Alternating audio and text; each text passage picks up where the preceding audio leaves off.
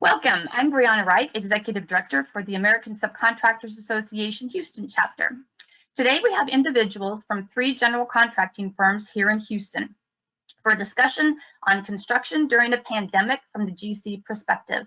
From Brookstone Construction, we have Vice President Bob Postma.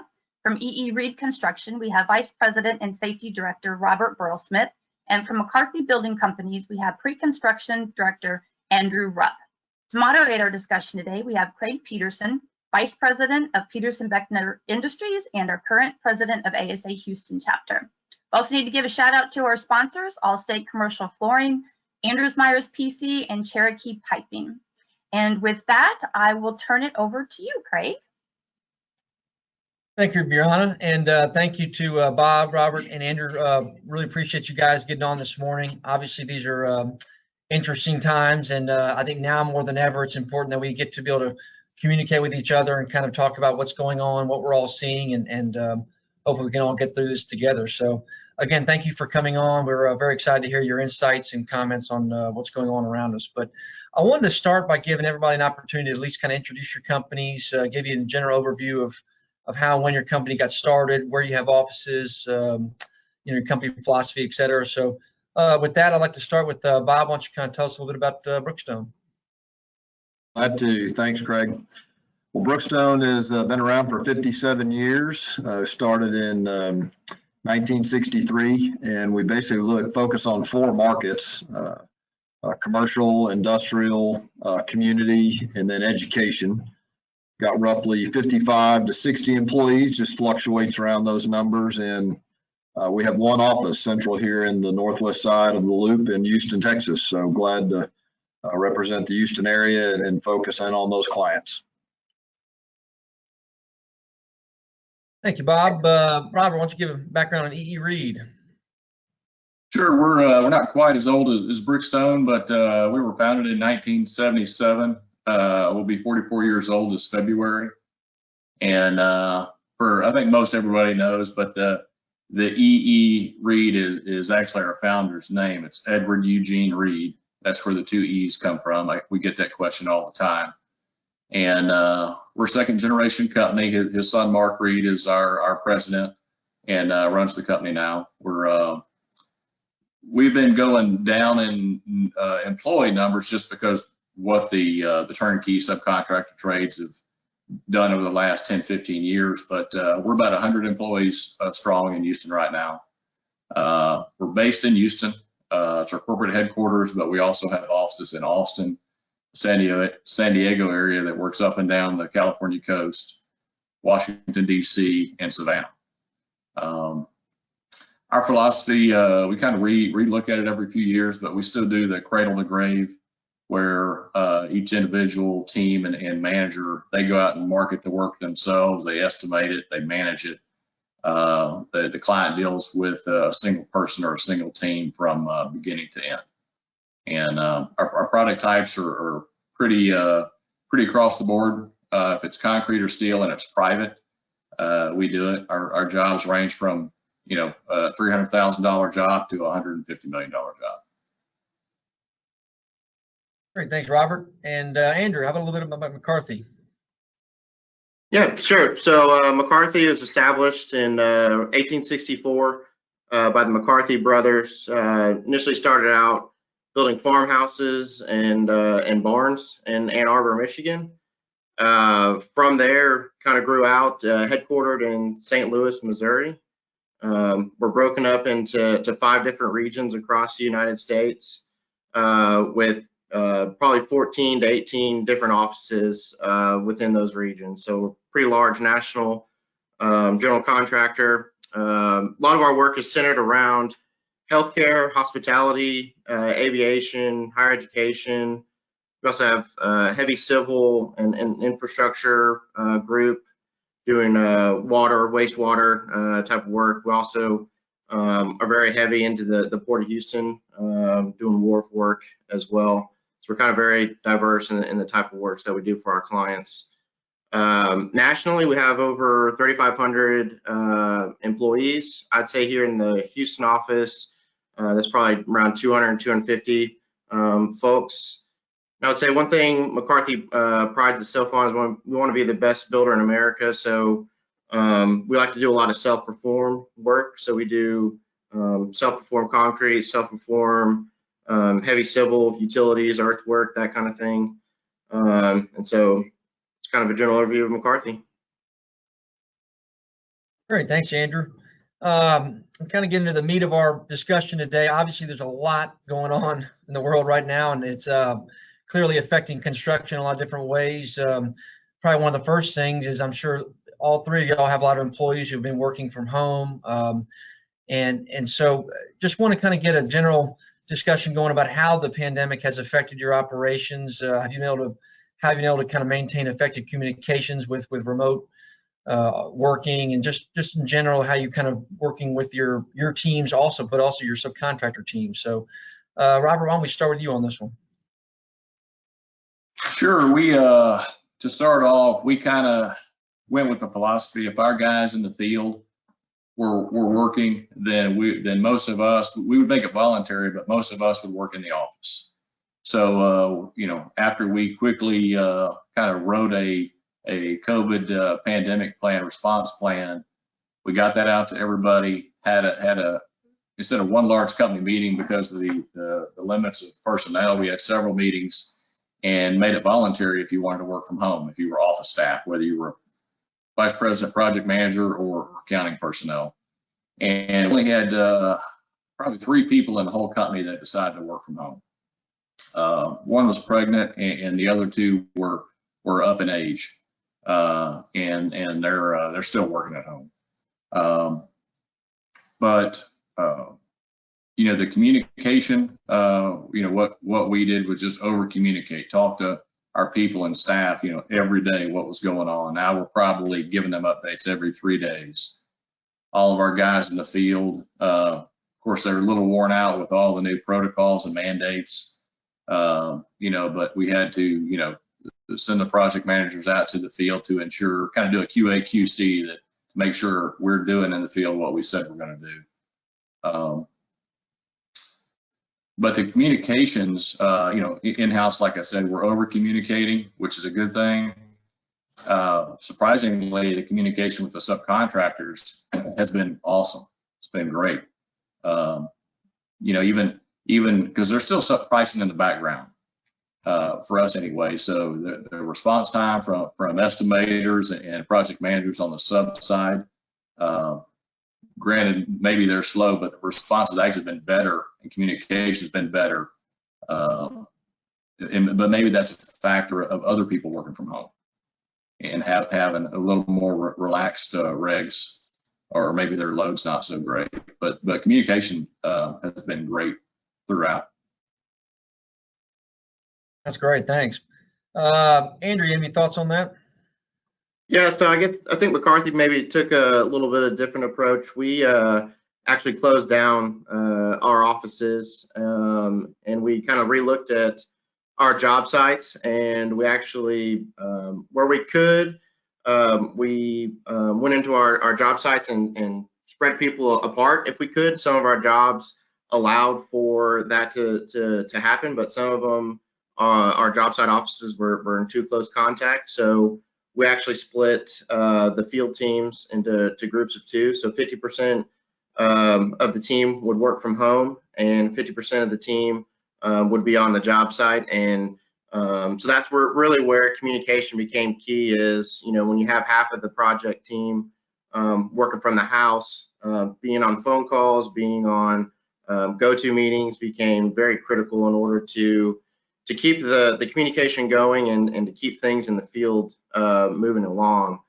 As far as us here in the office, we work from the house as well. We kept 2 folks in the office just to take deliveries or just kind of keep an eye on things. But for the majority of the part, we all work from the house. And so setting up regular, morning check-ins with our operations directors to get kind of a pulse each morning on how the different project teams were functioning, any issues that were coming up, or material issues or things like that. So having those regular morning check-ins was critical. That way, if the the field needed something, we could work on, with regional leadership or national leadership to get them whatever they needed to keep things moving along out there in the field.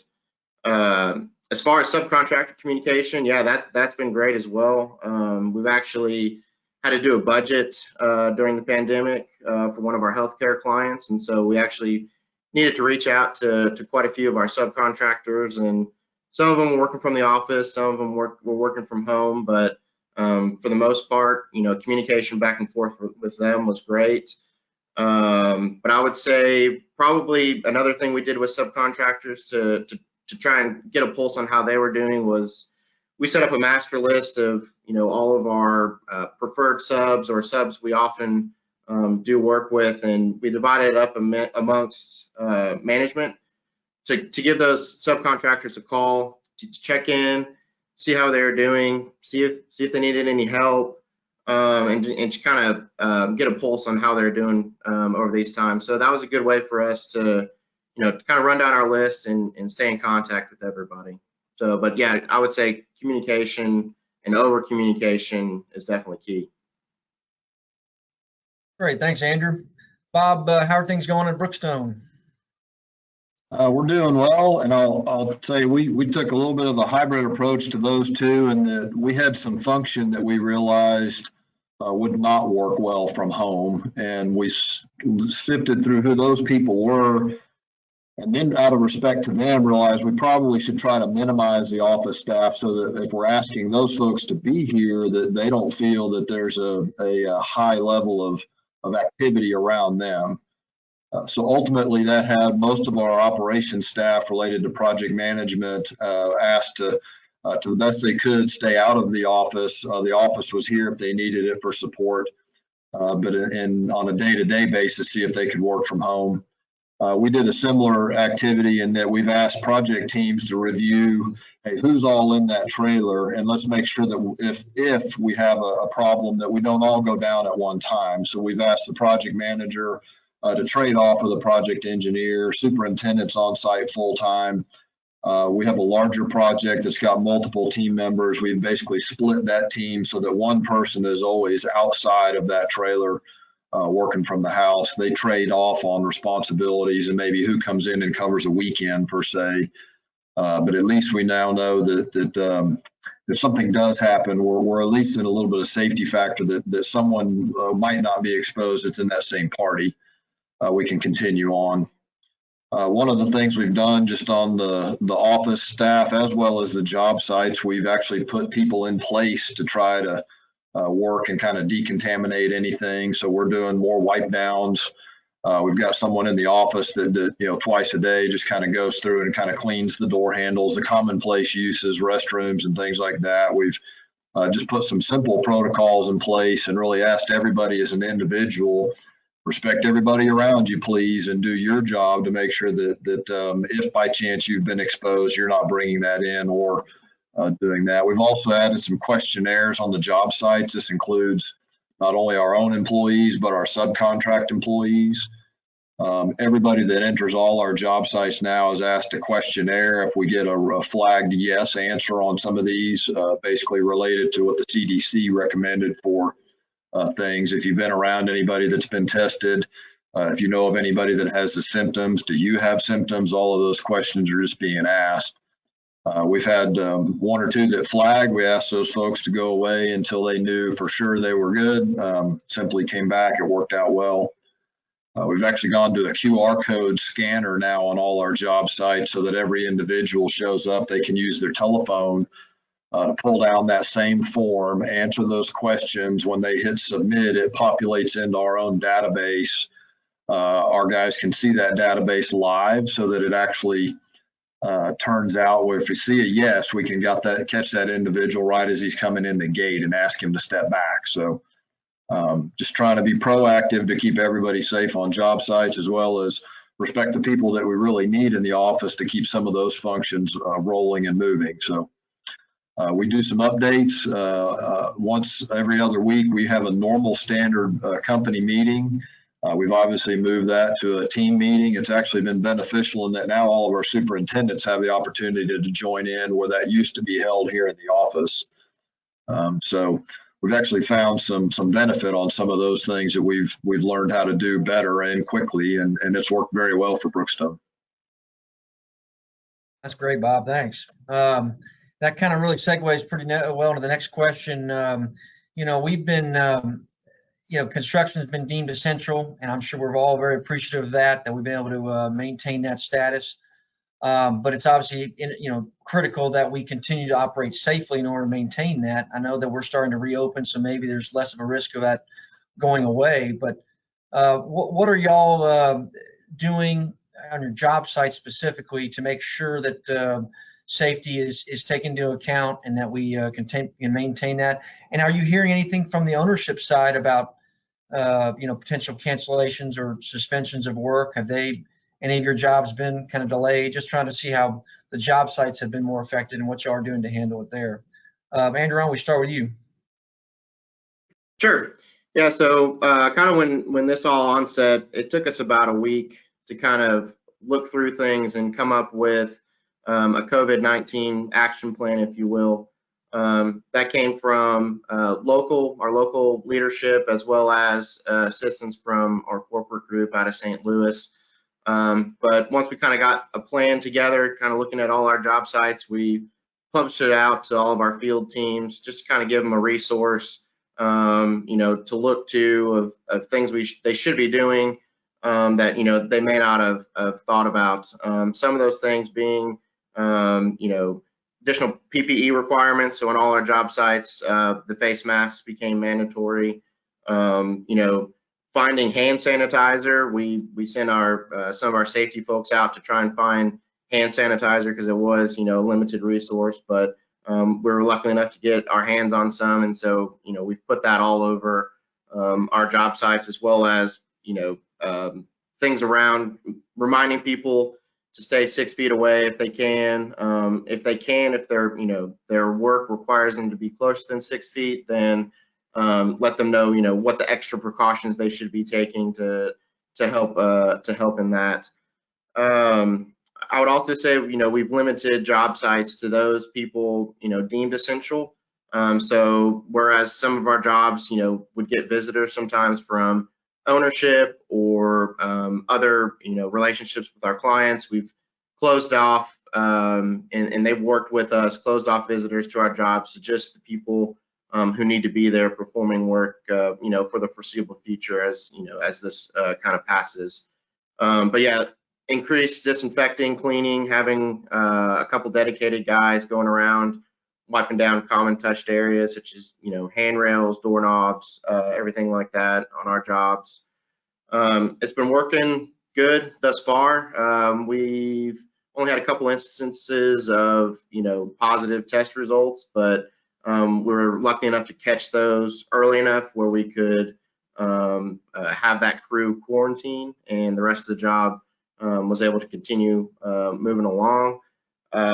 We have seen a couple of our jobs hit pause because we do a lot of healthcare work. So we've had a couple of our smaller, I would say our specialized solutions group, which are our smaller contracts. We had a couple of those be put on pause just to keep our workforce out of the healthcare system while, they're taking care of COVID patients.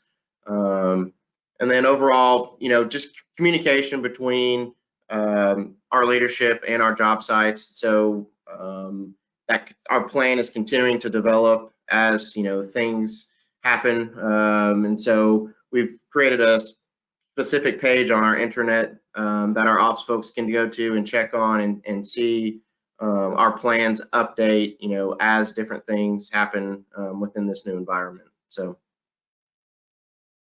Thanks, Andrew. Bob, I want to go to you next. Yeah, on the job sites, we've really tried to focus on just making sure everybody is respectful of each other, and then also the cleanliness and the wipe down. So in some cases, we've actually had the porta-can vendors that come clean. We've asked them to come more often, cycle that up a little bit more. We've employed some hourly team members that we have on our staff to actually just do nothing but go around job sites wiping down. So they may actually be on a full job site, just literally going round and round. And when they're done, they cycle right back through again. So we're just cleaning everything the best we can. We've got team members separated, as I mentioned before. And then also kind of asking and getting everybody as they come in the gate, you know, what's your status? Where have you been? Who have you been with? Also, the visitors, we've tried to minimize that. I know all of our job site meetings normally would take place in a trailer, so all those have gone remote. We actually have 1 or 2 jobs that still want to hold meetings on site, and they have a room large enough. The owner has a room large enough that we're all spread out. So it's actually a really large classroom where we're sitting probably 10 feet apart from each other with about maybe 5 to 6 members and the team members in that meeting. So it's actually been good to see the owner's support as well, just in the sense of keeping everybody clean. Face masks we've gone to that as a full-time requirement on all the jobs. We are fighting at what everybody else is. If you got a job outside or a job that's enclosed, once these guys get where they're getting a little bit warm, it sometimes fogs up those safety glasses. So we've actually had to discuss and not necessarily compromise anything related to safety, but really discuss the ideas of, hey, you need your mask on here. If you need to lower your safety glasses while you're doing, moving around, that's going to be okay. When you get back into tasks, if you're by yourself, maybe pull that mask down below your nose, put those glasses back on so you're protected. So we're not lenient about it, but we're understanding is probably the best way to say it. And we've just asked guys to really respect working safe in a safe environment while they're still complying with the new COVID requirements that are a challenge. So working through it every day. One of the things is as we first got started, you know, a lot of questions came up, you know, what should we do here? And there was a little bit of a pause, just say, hey, we're all figuring this out together, but we're going to do the best we can. And we got into some organizations with other constructors, I should say, where we kind of got best practices from everybody. And I've been real impressed with the industry, how much everyone has openly shared things that have worked well for them. And I commend the entire industry, subs and GCs alike, even owners, where if something seemed to be working for them, it wasn't a competition factor to try to keep it close to the vest. It was let everybody know so we can all share this information. Been a real nice coming together from that perspective. No, that's great, Bob. And that sharing of that kind of stuff is really what makes this industry so special. It really, and I think that played a big part in us being essential, as we can all work together to make sure we're doing this the right way. But Robert, what are your thoughts on that? Yeah, I agree. It's been impressive to watch all the associations and everybody in our industry kind of come together and share their best practices. Kind of much like Bob and Andrew said, we're following all the best practices, enhancing the hand washing stations, the sanitizing stations, doing screening at the job site, taking temperatures even for our employees and visitors, and some subs. A lot of our subs have their temperature guns and are doing that themselves, but we've made our temperature guns available and having somebody there to take temperatures if needed, just to look for spikes. One thing I think that the hand washing stations, although that's kind of all been on OSHA's radar screen for quite some time, this is been a good chance for us to kind of push it and improve that, where we haven't done a great job up to now. Craig, you mentioned projects in the industry. We've had 2 projects go on hold because of this. One was oil related, and then one was kind of COVID related. But they're just projects that have been put on hold, not canceled. Thank you, Robert. Kind of moving on to the next one. A lot of things y'all just discussed are great practices in what's going on right now. But some of them, I think, obviously, we're all seeing the benefits of it. Maybe even moving forward when we get past this pandemic. So, I wanted to kind of talk a little bit about, what are the things that we've been doing recently, whether it's technology related with regards to working from home and video conferencing, whether it's PPE or job site related. What are some of the things that you guys have learned over the last 6-8 weeks that you actually can see moving forward with, indefinitely or permanently with your organizations? Bob, why don't we start with you?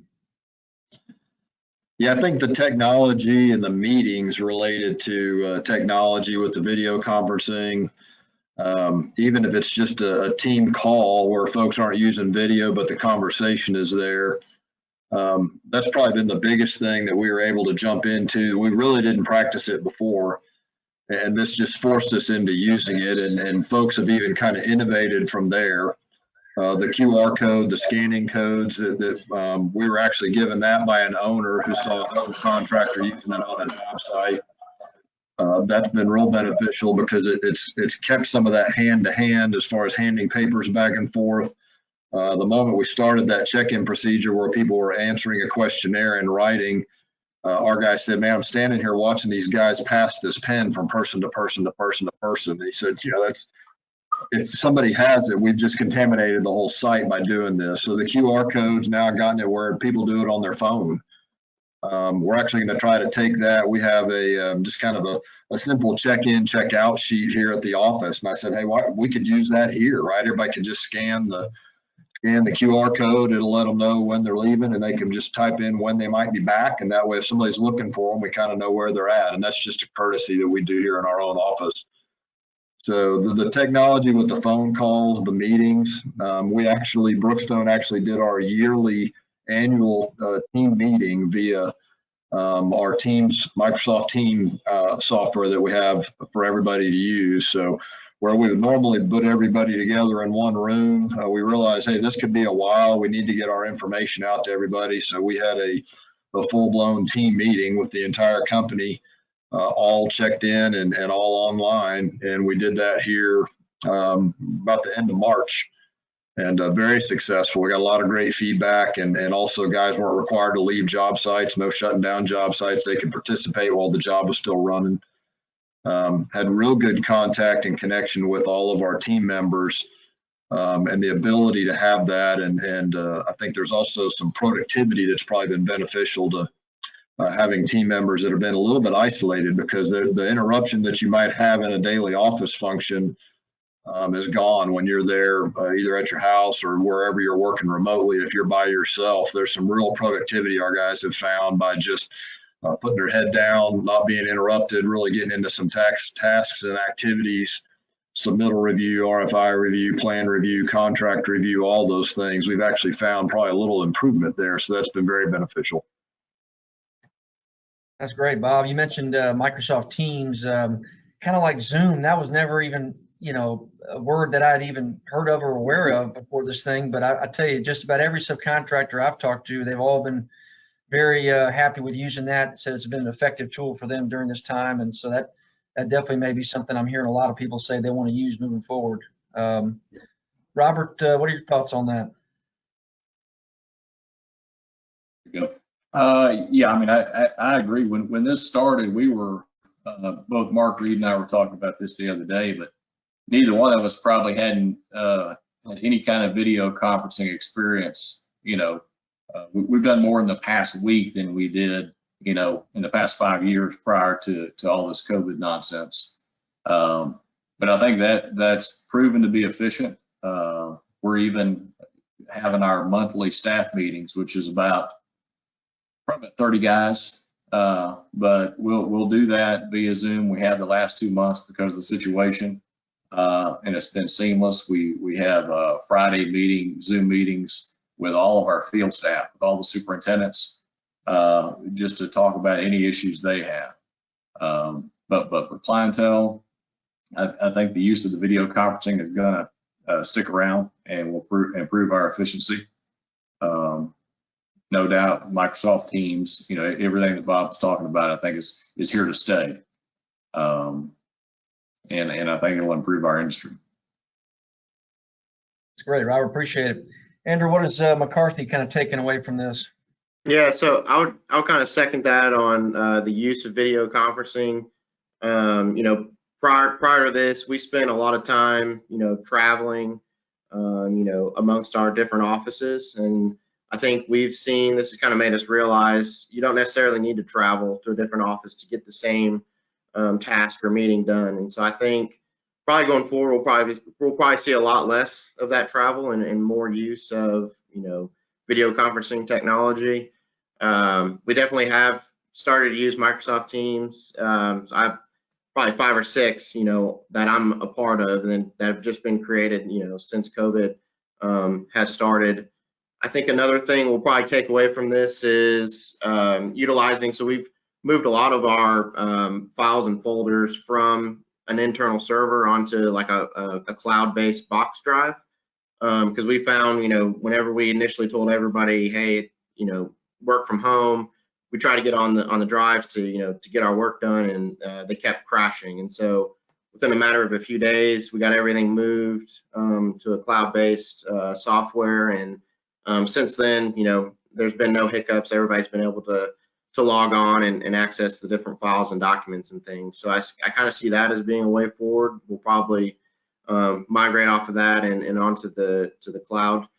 I think another thing that our folks have kind of enjoyed is getting video updates from our leadership. So just kind of getting they've been weekly, but I could see those being maybe more monthly or quarterly video updates from our leadership group. I think that's been pretty well received by a lot of our partners here at McCarthy. So I think definitely it's made us look at some of the things that we do and try and gain some efficiencies by utilizing different softwares that are out there. Thanks, Andrew. Yeah, just about everybody I've talked to. Oh, Bob, you have something you want to say? Well, I had a trivial thing, was we actually did our first project interview with an owner via a Zoom meeting.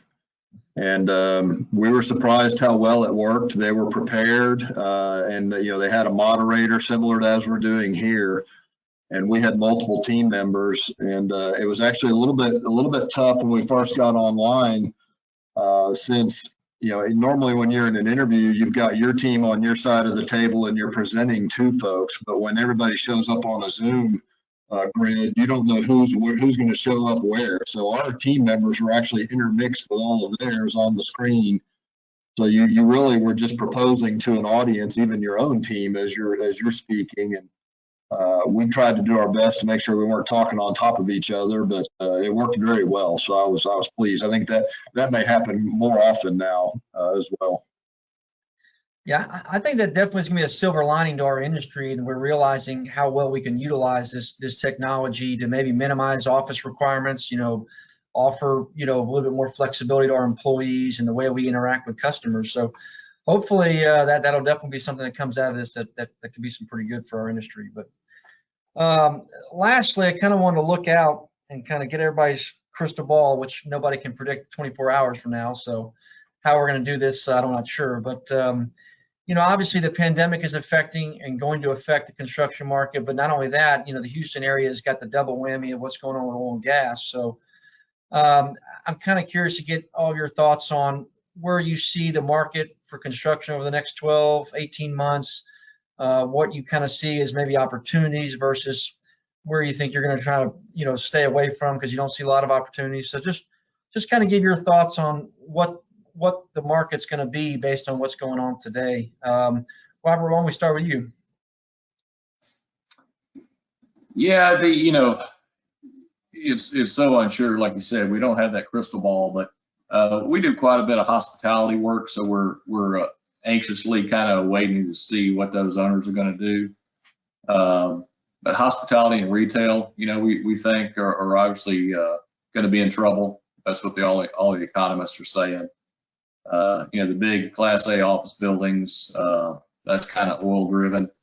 So that's still a ways out, but we do a lot of big, tilt wall construction, and we think that's very promising. That's been going like gangbusters in Houston for a while, and it was just barely starting to taper off, but we think the big push for manufacturing and distribution is going to keep that trend going for a few more years.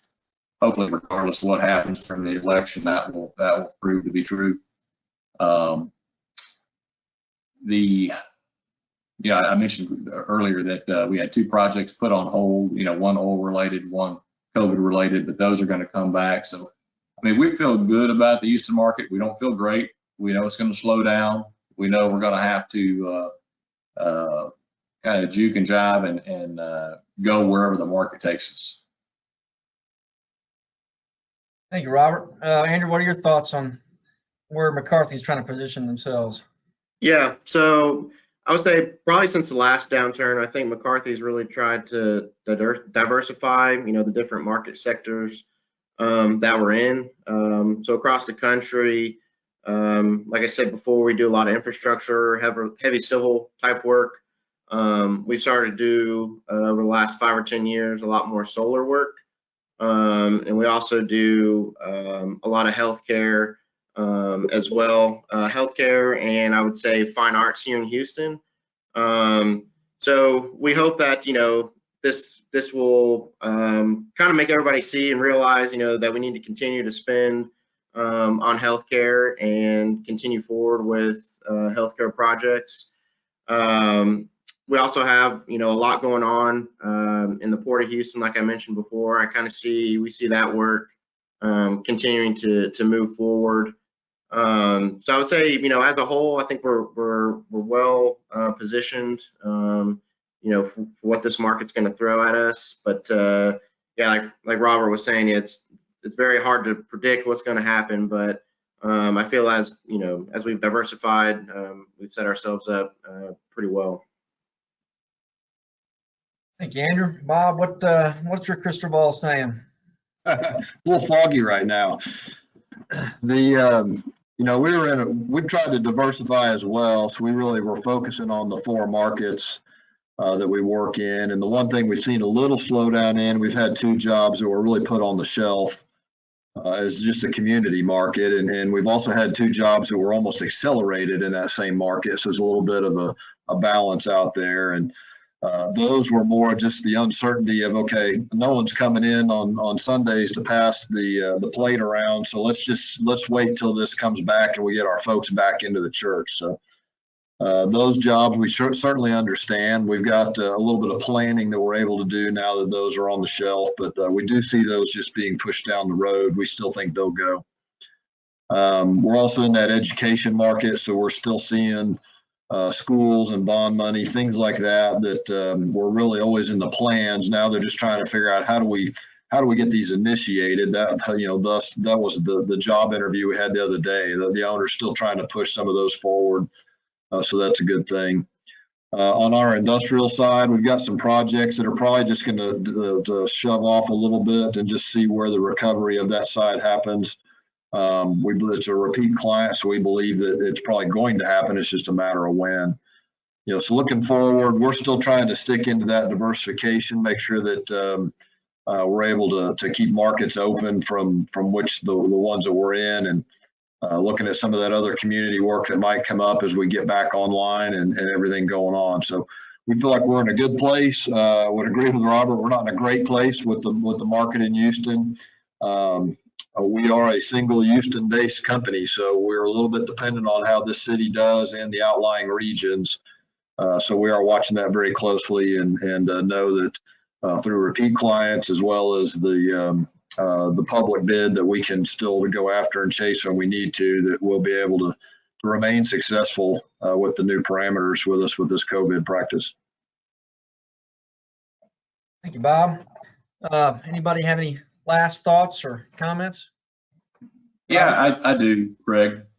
I think we're all curious how this is going to affect the design of the product types we're talking about. We're talking to designers. We don't have a whole lot of feedback yet, but what's this going to do for the next generation of office buildings? What's this going to do for the next generation of retail and theaters? I think that's going to kind of ripple through our market. It may be a good thing. It may be a lot of retro work for those that have interior groups. But that's something we're very curious about. That I'm sure the designers will have some input here, the next 12 months on how this affects how they design buildings. That's a great point. I mean, that certainly is going to have to change the mindset of some of those events and venues and buildings like you talked about. And I've kind of heard the same thing from economists predicting that maybe the new construction market may not be as robust, but you're going to have some retrofitting and some renovation type work to repurpose some space for this new, I don't want to call it new normal, I'm avoiding that, but whatever this new environment we're going to be in. And so that's a good point. There may be some opportunities for our industry there. But guys, again, can't thank you enough for coming on. Again, it's people like you coming on and sharing your experiences that's making this whole industry being able to kind of come together, maintain our essential status, and all kind of get through this together. So again, really appreciate you guys taking your time and giving your thoughts on this. So appreciate it, guys, and take care and stay safe. Hope you all can weather through this pretty well. All right, we appreciate it, Greg. Thank you. Yep, Thank you for the opportunity. Appreciate it, guys.